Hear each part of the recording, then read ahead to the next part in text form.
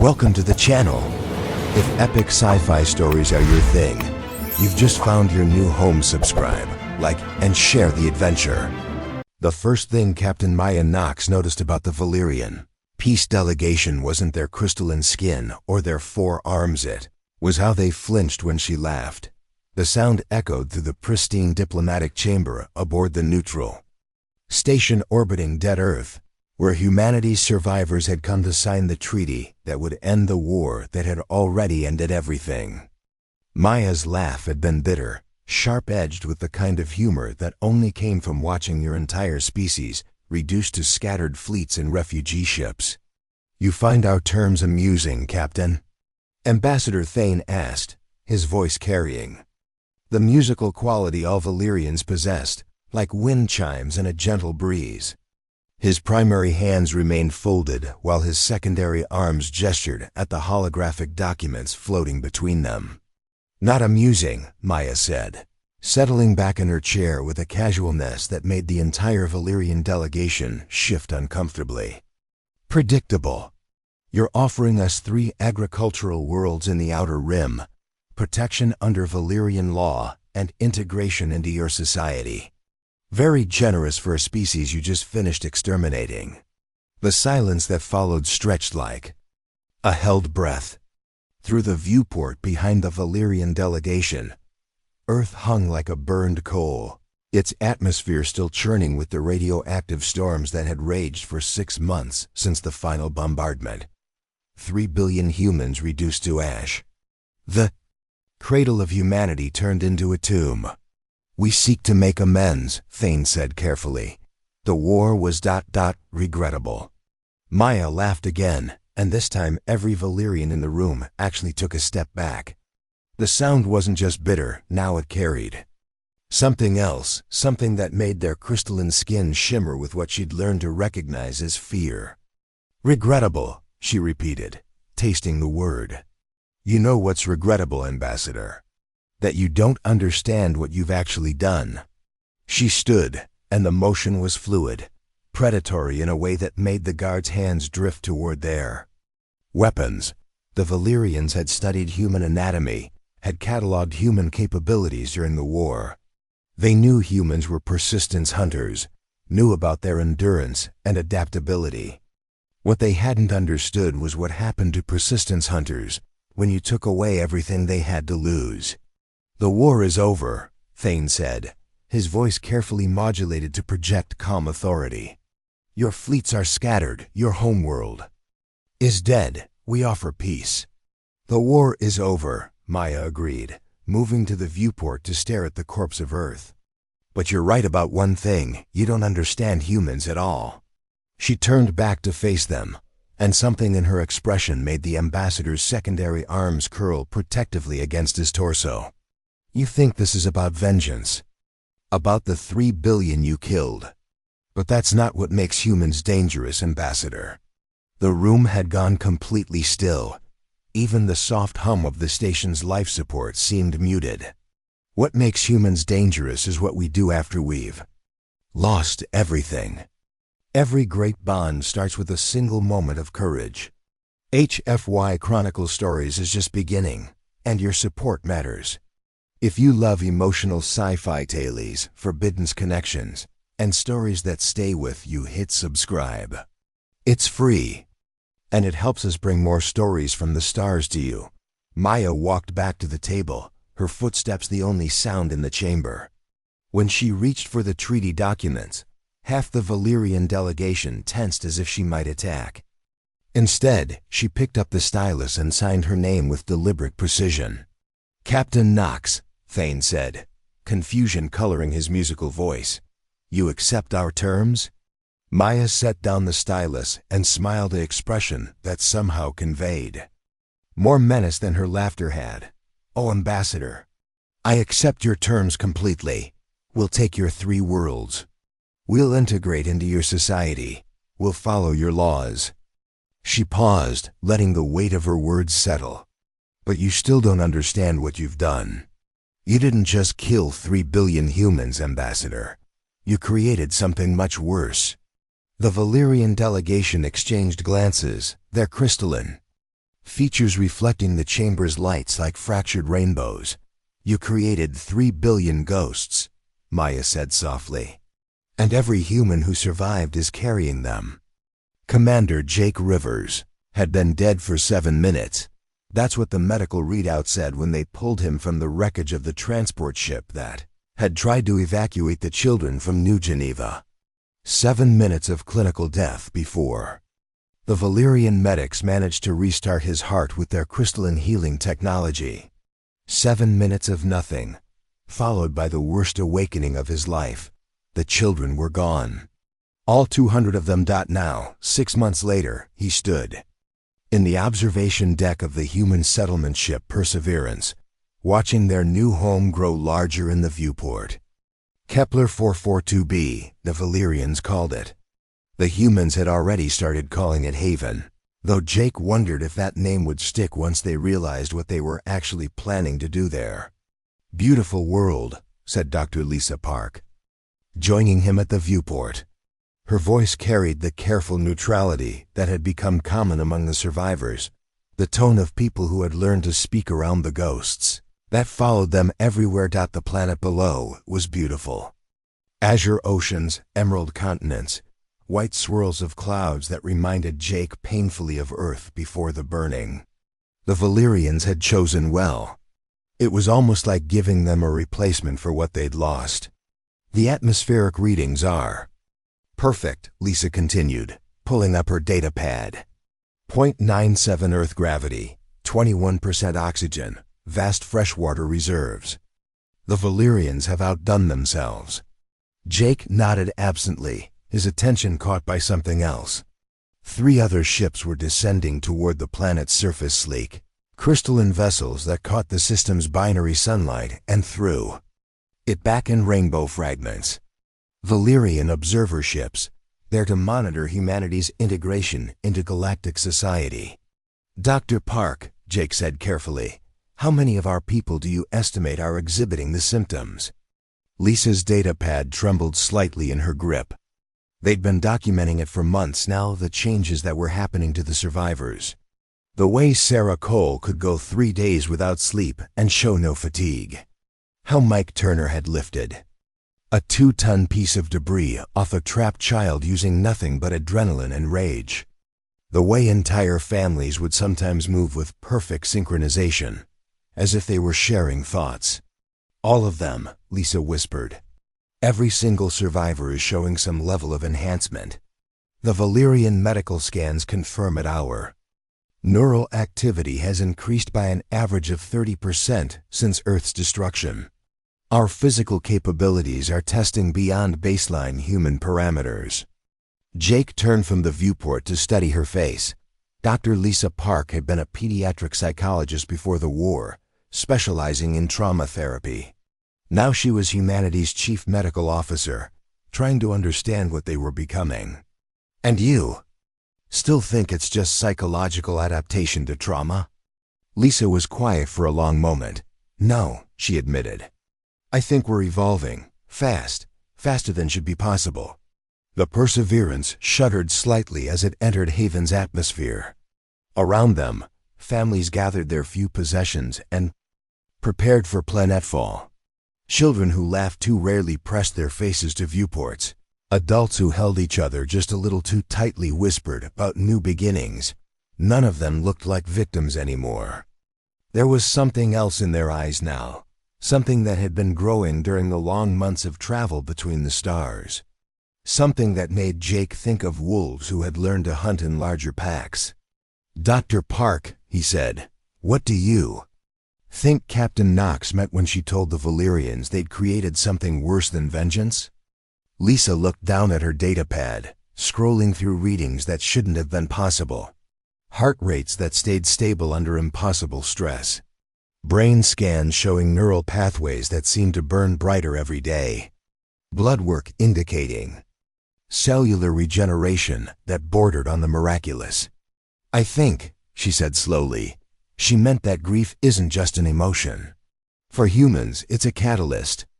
Outside the viewport, Haven grew larger, its surface revealing vast continents covered in forests and grasslands. Somewhere down there, Valyrian observers were preparing to welcome humanity to its new home, confident that they were dealing with a broken species grateful for charity. They had no idea that every human aboard the Perseverance could feel the others not telepathically, but through something deeper. A shared rhythm, like the heartbeat of a single massive organism. They had no idea that the children who pressed their faces to the viewports were memorizing topographical details with perfect recall, that the adults whispering about new beginnings were actually discussing optimal locations for manufacturing facilities. The Valyrians thought they were relocating refugees. They were actually delivering an invasion force that didn't even know it was an invasion force yet. The Valyrian cultural integration specialist named Reed thought the human children were broken. He'd been assigned to Haven 6 months after the human settlement, his crystalline form gleaming in the binary starlight as he walked through what the humans had started calling Remembrance Park. The memorial they'd built was unsettling. Not the crystalline harmony towers that Valyrian culture used to honor the dead, but something raw and jagged. Twisted metal sculptures that seemed to reach toward the sky like frozen screams. But it wasn't the memorial that disturbed Reed. It was the children playing around. Human children were supposed to be resilient, according to the cultural files. They were supposed to adapt quickly, to forget trauma and embrace new possibilities. These children laughed and ran and played games that looked normal from a distance. But when Reed activated his enhanced perception, studying their micro-expressions and movement patterns, what he saw made his secondary arms curl with unease. Every game was tactical training, the children chasing each other through the memorial. Sculptures weren't just playing tag, they were practicing evasion patterns, learning to use environmental obstacles, developing an intuitive understanding of fields of fire. The little ones building structures in the sandbox weren't making castles. They were creating defensive positions with overlapping sight lines and multiple exit routes, and they were all impossibly good at it. Beautiful morning, isn't it, specialist? Reed, the voice belonged to Dr. Lisa Park, the human medical officer. She approached with the fluid stride that all the human survivors had developed, economical, balanced, ready to shift into combat movement at a moment's notice. Dr. Park, Reed said, his voice carrying the musical quality that Valyrians used for formal conversation. I was observing the recreational activities of your youth population. Lisa's smile was warm, genuine, and absolutely terrifying. Kids adapt so quickly, don't they? They're already thinking of Haven as home. Reed gestured toward a group of 7-year-olds who had created an elaborate game involving coordinated movements and hand signals. Their activities display unusual structure. Children need structure after trauma, Lisa agreed. It helps them feel safe. What Reed didn't say, what he couldn't figure out how to express in diplomatic language, was that these children didn't feel afraid of anything. Their neurological readings showed stress responses that were completely inverted from what he'd been taught about trauma victims. Instead of hypervigilance and anxiety, they displayed a calm, predatory awareness that reminded him uncomfortably of the apex hunters from his homeworld's ancient forests. Dr. Park, Reed said carefully, the Valyrian Council has noted some unusual reports from your settlement. Enhanced physical capabilities, improved coordination, accelerated learning rates. Are your people experiencing any difficulties with adaptation? Lisa's expression didn't change, but something shifted behind her eyes. We're adapting beautifully, Specialist Reed, perhaps too well. Before Reed could ask what she meant, a commotion erupted from the far side of the park.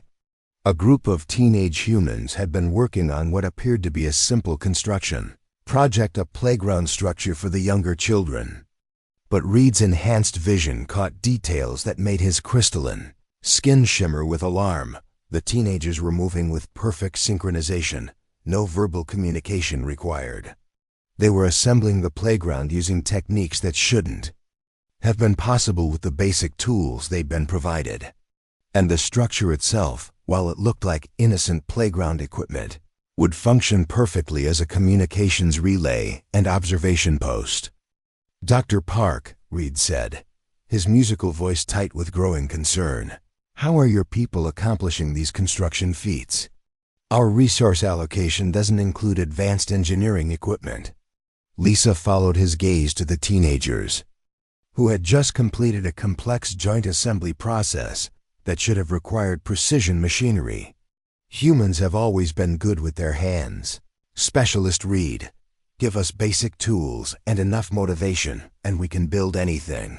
And what motivation do your people have? Lisa turned back to him, and for just a moment, Reed glimpsed something that made every survival instinct in his evolved brain start screaming warnings. It wasn't hatred he could have understood. It was something far more dangerous. We have our children to think about, Lisa said softly. Their future, the kind of galaxy we're leaving for them. Reed watched a 5-year-old girl help her older brother calibrate what looked like a simple weather monitoring device but registered on his scanners as something much more sophisticated. Dr. Park, are you aware that your technological development rate is exceeding all projections? The Valyrian Council estimated it would take your people at least 5 years to establish basic infrastructure. You've accomplished it in 6 months. Grief is an excellent motivator, Lisa said. We lost everything, Specialist Reed. Our world, our civilization, our future. When you have nothing left to lose, you become very focused on building something new. She started walking toward the settlement proper, and Reed found himself following despite his growing unease.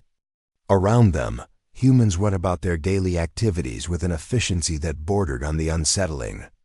Gardens that produced twice the expected yield. Manufacturing workshops that hummed with productivity that shouldn't have been possible. With their equipment. Children who could solve complex medical problems without formal education. Dr. Park, Reed said as they reached the edge of the settlement, the Valyrian Council is impressed by your people's recovery. But some of our observers have expressed concern about the pace of your development. Lisa stopped walking and turned to face him fully. When she smiled, Reed saw something that made him understand why apex predators were extinct on most civilized worlds. Specialist Reed, she said gently, your people ended our war. But you never asked us what we were planning to do with the peace. Admiral Kate Stone stood in the command center of what the Valyrians still thought was a simple agricultural processing facility, watching data streams that would have given the Galactic Council nightmares down in the 18 months since Haven's settlement. Humanity had built more than anyone imagined possible. The Valyrians saw farms and workshops and schools. What they didn't see were the manufacturing centers hidden beneath the agricultural domes, the research laboratories disguised as medical facilities, and the communication arrays masquerading as weather monitoring stations. Admiral, Commander Rivers approached with a datapad that glowed with information that shouldn't have existed. The last of the quantum tunneling experiments are complete. Dr. Kim's team has successfully established instantaneous communication with all 17 human settlement worlds. Kate took the pad and scrolled through readings that defied several laws of physics. Somehow and possibly, scattered human survivors across the galaxy had developed technology that let them share information faster than light itself. Not through the established Valyrian communication networks that could be monitored, but through something entirely new. How many are in the network now? Kate asked. All of them, Rivers replied. Every human survivor on every world. 47 million people sharing knowledge, resources, and coordination in real time. Kate nodded, unsurprised. She'd felt it herself, the growing connection between human survivors, the sense that they were all part of something larger than individual consciousness. The Valyrians had attributed it to psychological trauma bonding. They'd been catastrophically wrong. And the Valyrians still don't suspect? Their observers report normal integration progress. They see us farming, building schools, raising families. They don't realize we're also sharing technological breakthroughs across 17 worlds simultaneously. Kate walked to the main display, which showed Haven's surface through what appeared to be routine agricultural monitoring systems. In reality, the sensors were mapping every Valyrian installation within a 50 light-year radius, tracking their ship movements, analyzing their defensive capabilities. "Commander, how long until the children reach maturity?" Rivers consulted his datapad. "The first generation born after Earth's destruction will reach adulthood in 16 years. But Admiral ... they're not developing like normal human children." Kate turned from the display. "Explain." "They're learning faster than should be possible. By age 5, they're demonstrating cognitive abilities that would be impressive in adults. Dr. Park thinks they're being born with some kind of genetic memory, not just human knowledge, but the experiences of everyone who died on Earth." The weight of that statement settled between them. 3 billion minds, 3 billion lives worth of human experience, somehow being passed to the children who would never see the world that had created them. "And they're not just smarter," Rivers continued. "They're coordinated. The children from different worlds, who have never met, will independently arrive at identical solutions to complex problems. It's like they're sharing a distributed consciousness." Kate thought about the reports flooding in from human settlements across the galaxy. Children who could rebuild complex technology from memory they shouldn't possess. Teenagers who developed intuitive understanding of physics and engineering that took Valyrian specialists decades to master. Young adults who looked at Valyrian technology and immediately understood not just how it worked, but how to improve it. "Admiral," Rivers said carefully, "there's something else. Dr. Park's latest reports indicate that the adults are changing. 2. Our neural development isn't stopping, it's accelerating. We're not just adapting to survive anymore. We're evolving into something new." Kate pulled up the classified files that only the senior staff knew about. Humans who could function without sleep for days. Adults who demonstrated reflexes and strength that exceeded baseline human capabilities by orders of magnitude. Groups of survivors who could coordinate complex tasks without any apparent communication. "The Valyrians think they're dealing with a traumatized species accepting charity," Kate said. "They have no idea they're actually midwifing the birth of something that will eventually outgrow them." Through the command center's viewports, she could see Valyrian observer ships maintaining their routine patrols, confident in their role as humanity's benevolent guardians. Their crews filed regular reports about human integration progress, noting with satisfaction how quickly the survivors were adapting to galactic civilization. They missed entirely that every human settlement was quietly becoming a center of technological innovation that was decades ahead of Valyrian science. They didn't notice that human children were being born with capabilities that suggested the species was undergoing rapid evolutionary development.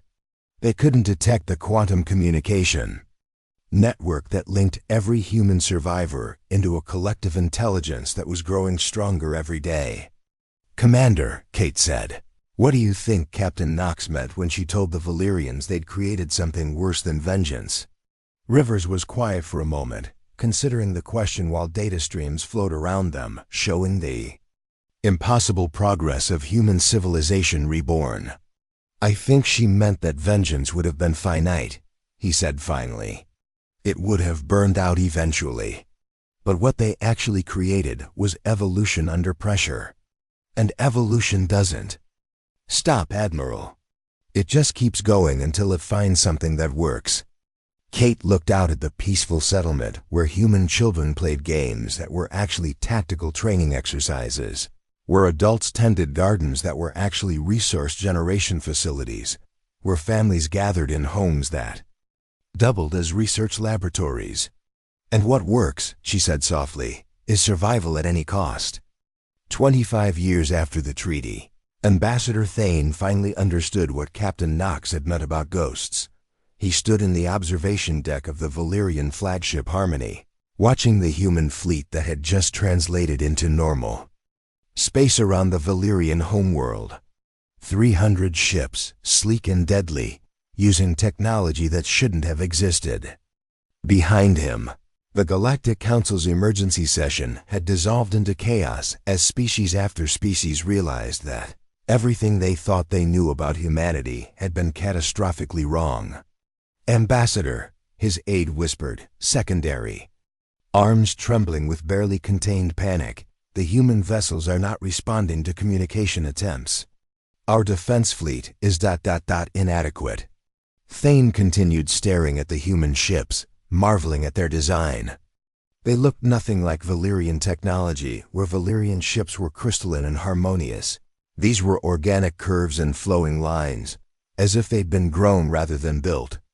More disturbing, they registered on sensors as a single entity rather than individual vessels, their movements perfectly coordinated without any detectable communication between them. "They don't need to communicate," Thane said quietly.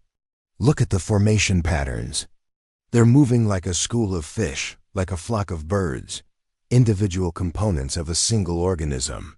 His aide consulted the tactical display with growing horror. "Sir, our intelligence reports indicate that humanity has established settlements on over 200 worlds in the past decade. We thought they were agricultural colonies, but the ships emerging from quantum tunnels suggest industrial capacity that rivals the entire Galactic Council combined." Thane's musical voice carried a note of something that might have been admiration. "We gave them 3 worlds and assumed they would be grateful. Instead, they used those worlds as staging areas for the largest expansion in galactic history." "Ambassador." Incoming transmission from the human flagship. The holographic display activated, showing a face that Thane recognized but had never expected to see again.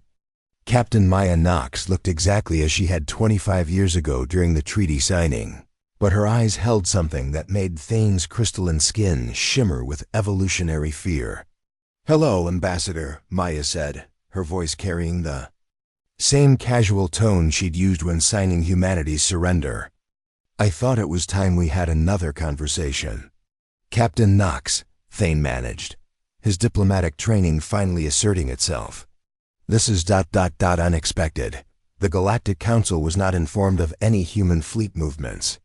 Maya's smile was gentle, warm, and absolutely terrifying. "We don't require Council permission for our movements anymore, Ambassador.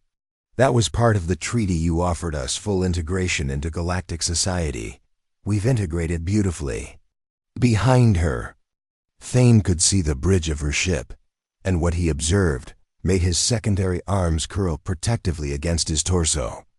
The crew moved with perfect synchronization, their actions flowing together like a complex dance. No orders were being given because none were needed. They functioned as a single mind distributed across multiple bodies. "Captain, what do you want?" "Want?" Maya laughed, and the sound carried through the communication link with the same bitter edge it had possessed decades ago. "Ambassador, you still don't understand what you did, do you?" She gestured, and the tactical display showed the human fleet spreading through the system with impossible precision. Not attacking, not threatening, just ... arriving, taking positions, establishing presence. "You asked me once what makes humans dangerous," Maya continued. "I told you it was what we do after we've lost everything. But I never explained what that actually means." Thane watched as human ships moved through his peoples. Space with technology that made Valyrian science look primitive. "Enlighten me. When you destroyed Earth, you killed 3 billion people. But you did something else, something you never intended. You removed every constraint that kept humanity contained." Maya's expression grew thoughtful, almost philosophical. "You see, Ambassador, humans were never actually limited by our technology or our resources. We were limited by our compassion, our reluctance to sacrifice everything for survival, our unwillingness to become something monstrous in pursuit of our goals." The human fleet had finished its deployment, and Thane realized with growing horror That they hadn't just surrounded the Valyrian homeworld, they'd somehow positioned themselves throughout the entire system simultaneously, including locations that should have required faster-than-light travel to reach. But when you killed our world, Maya continued, you removed the last thing that made us hesitate. You turned our species into something that has nothing left to lose and no reason to show mercy. Captain, Thane said carefully, what are your intentions? Maya's smile widened. Our intentions, Ambassador, are exactly what they've always been: survival. The difference is that now we understand survival doesn't mean hiding on the worlds you gave us. Grateful for your charity, it means ensuring that what happened to Earth never happens to any human world again. She paused, letting the implications settle. And the only way to guarantee that, Ambassador, is to make sure we're never again at the mercy of species who think genocide is regrettable. Thane felt something cold settle in his chest as he finally understood. You're not here for revenge. Revenge is finite, Maya agreed. Evolution is permanent. You taught us that the universe is not safe for compassionate species, Ambassador. So we became something else. The communication link terminated, leaving Thane staring at a tactical display showing human ships positioned throughout Valyrian space, not threatening immediate destruction, but making it clear that they could deliver it at any time they chose. His aide looked up from the sensor readings with an expression of absolute disbelief. Ambassador, our deep space sensors are detecting human fleets emerging throughout the galaxy. Every major system, every council world, every strategic location. They're not invading, they're already everywhere.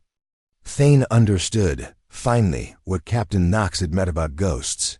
The 3 billion dead of Earth hadn't been laid to rest by the treaty. They had been transformed into something that would ensure their deaths could never be repeated. Humanity hadn't been broken by their world's destruction. They had been perfected by it.